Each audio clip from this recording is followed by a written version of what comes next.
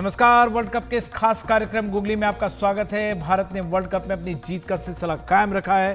Hitman के record शतकीय पारी के सहारे टीम इंडिया ने अफगानिस्तान को 90 गेंद रहते 8 विकेट से हरा दिया। इससे पहले अपने पहले ही मैच में 5 बार की चैंपियन ऑस्ट्रेलिया को भी हराकर धमाकेदार शुरुआत की थी। मेन इन ब्लू के खिताब की दावेदारी और मजबूत दिखने लगी है। और इन सब पर बात करने के लिए हमारे साथ क्रिकेट के दो माहिर जानकार मौजूद हैं, सैयद सबा करीम और विजय दाहिया।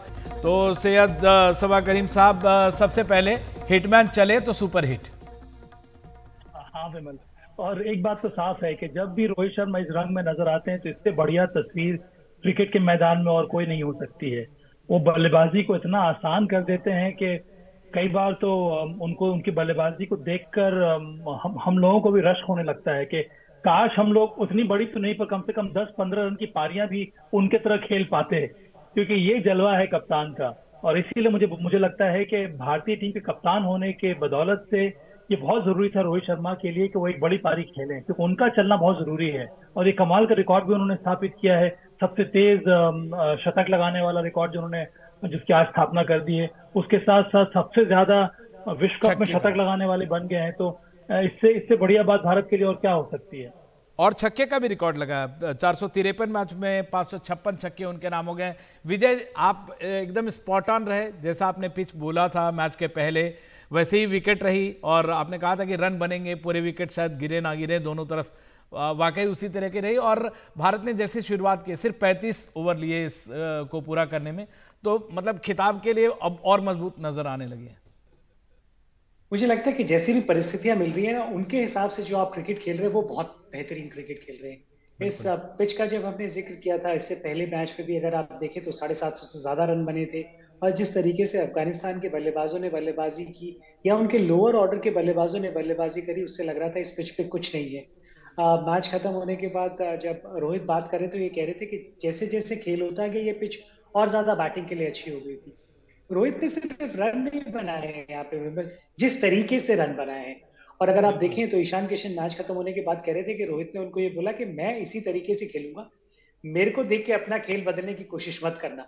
तो कहीं ना कहीं कप्तान ये कह रहे हैं। और अगर आखिरी मैच आपने देखा हो ना ऑस्ट्रेलिया और भारतीय सीरीज का भी, तो उसमें भी इसी तरीके के अंदाज में नजर आए थे। और वो एक टोन सेट कर रहे हैं इस वर्ल्ड कप के लिए। देखिए, हम इसी तरीके से खेलेंगे। 2011 में जब जीते थे तो वो टीम का हिस्सा नहीं थे, शायद उसकी भरपाई यहाँ कर रहे हो। और यहाँ पर सिर्फ टीम के एक खिलाड़ी नहीं है, कप्तान भी है। और कप्तान भी है। आपने छक्कों का जिक्र किया, अगर वो शतक बनाएंगे तो छक्के आपको जरूर नजर आएंगे। ऐसा नहीं हो सकता कि वो बड़े रन बनाए और उनकी पारी में आपको वो छक्के नजर ना आए। बिल्कुल। और बहुत मतलब जैसे छक्कों की हमने बात की, बहुत बड़ा अंतर है। मतलब छक्कों का अगर हम रिकॉर्ड देखें तो भयान, मतलब उनके आसपास कोई और नज़र नहीं आता है कि मतलब जैसे 555 उनके अभी जो खिलाड़ी हैं खेलने वाले में, जॉस बटलर के नाम 315 हैं। कोई लगता नहीं कि आसपास अगले 5-7-10 साल तक उनका रिकॉर्ड टूटने वाला है। सबा, अगर आपसे बात करें रोहित की, तो जितनी बात करें 2 घंटे भी हम बातचीत करेंगे तो जिस तरह की पारी थी और जिस तरह की उन्होंने कप्तानी भी की, खत्म नहीं होगी। विराट कोहली का भी चलना, ईशान किशन का चलना, ये टीम इंडिया के लिए मतलब अगले मैचों के लिए बहुत ही अच्छा सरदर्द बनने वाला है। अगर कप्तान की बात करें रोहित शर्मा की, तो सरदर्द नहीं है विमल, मुझे लगता है बहुत अच्छा संकेत है भारत के लिए। और इसी की कामना कर रहा होगा भारत भी क्योंकि अफगानिस्तान के विरुद्ध जो मैच है इसमें बल्लेबाजों को थोड़ा मौका मिले बैटिंग करने का, अपने आप को एक्सप्रेस कर पाए। और जिन जिन खिलाड़ी को मौका मिला है वो हमें उससे साफ नजर आ रहा है कि अच्छे फॉर्म में है। अब ईशान किशन की अगर हम बात कर ले, पहले मैच में इसके पहले वो शून्य पर आउट हो गए थे, पर आज संभल कर उन्होंने शुरुआत की, क्योंकि रोहित शर्मा जिस तरह से बैटिंग कर रहे थे वहां पर आपको और कुछ अलग करने की आवश्यकता थी नहीं। और इसी के बारे में मुझे लगता है कि बहुत ही अच्छा कर्व है, लर्निंग कर्व है ईशान किशन के लिए भी, कि अलग अलग परिस्थिति में आपको किस प्रकार से बैटिंग करनी है। जो ईशान ने दिखाया, श्रेयस अय्यर के लिए जब आए थे बैटिंग करने के लिए, वहां पर आप ज्यादा बड़ा रन बना नहीं सकते हैं, और बहुत जरूरी था कि आप अंत तक बैटिंग करें और नाबाद होकर वापस आए, जो उन्होंने किया। विराट कोहली का अच्छा फॉर्म अभी भी बरकरार है। तो मुझे लगता है कि ये बहुत ही दिलचस्प मुकाबला होने वाला है पाकिस्तान के विरुद्ध, और ये बहुत ही अच्छे संकेत हैं भारत के लिए। और एक बात और है विमल, कि मुझे अभी भी समझ में नहीं आता है पेस बॉलर्स की ये रणनीति, कि वो रोहित शर्मा को, अगर आपकी गति 135 140 है तो फिर आप उनको शॉर्ट बॉल डालते क्यों हैं? क्योंकि अगर आप बिल्कुल उनको बिल्कुल। शॉर्ट बॉल डालेंगे इस गति से, वो भी कोटला जैसे विकेट पे, तो फिर सिर्फ स्क्वायर की तरफ ही आपको देखना पड़ेगा, जो कि आज हमें देखने को मिला जब रोहित शर्मा बल्लेबाजी कर रहे हो। तो बिल्कुल, हमारे पास वक्त कम है, इसीलिए लेकिन विजय आपसे एक इम्पॉर्टेंट बात है, जो बॉलिंग भी अगर है, बुमराह का चलना हमारे मतलब सबके लिए बहुत बड़ी राहत की बात होती है जब से वो इंजरी के बाद से लौटे हैं। और दूसरी बात है कि अगर पॉपुलर भाषा में कहें तो पाकिस्तान डर जरूर गया होगा, अगर जर्नलिस्टिक भाषा में कहें तो थोड़ा पाकिस्तान के लिए कॉशस रहने की ज़रूरत है। देखिए, इसीलिए हाथ खड़ा किया था ये कहने के लिए कि जो सभा ने जिस चीज का जिक्र किया ना, उसी लिए बुमराह खास है। इस पिच के ऊपर आप देखें, उन्होंने बिल्कुल भी शॉर्ट पिच गेंदबाजी नहीं की, कि उन्हें पता है कि यहाँ पर ऐसे पिच है जहां पर बल्लेबाज जो पिच के दोनों तरफ के हिस्से हैं ना, जो थोड़े छोटे हैं, उनका इस्तेमाल कर सकता था। इसलिए उन्होंने आज बिल्कुल छोटी गेंदबाजी नहीं की, पटकी हुई गेंदबाजी बिल्कुल नहीं करी। 39 रन देके 4 विकेटें। जी हाँ, ये संकेत है। हमने बल्लेबाजों के बारे में तो बात की है, लेकिन पाकिस्तानी टीम के खिलाफ अगर आपको उस मैच में विजय प्राप्त करनी है, या पाकिस्तान की टीम नजर जो रहेगी वो ये भी रहेगी कि जो भारतीय टीम की गेंदबाजी है ना, वो भी एक यूनिट के रूप में बहुत बेहतरीन तरीके से प्रदर्शन करती हुई आ रही है। हर खिलाड़ी को एक अपना किरदार पता है।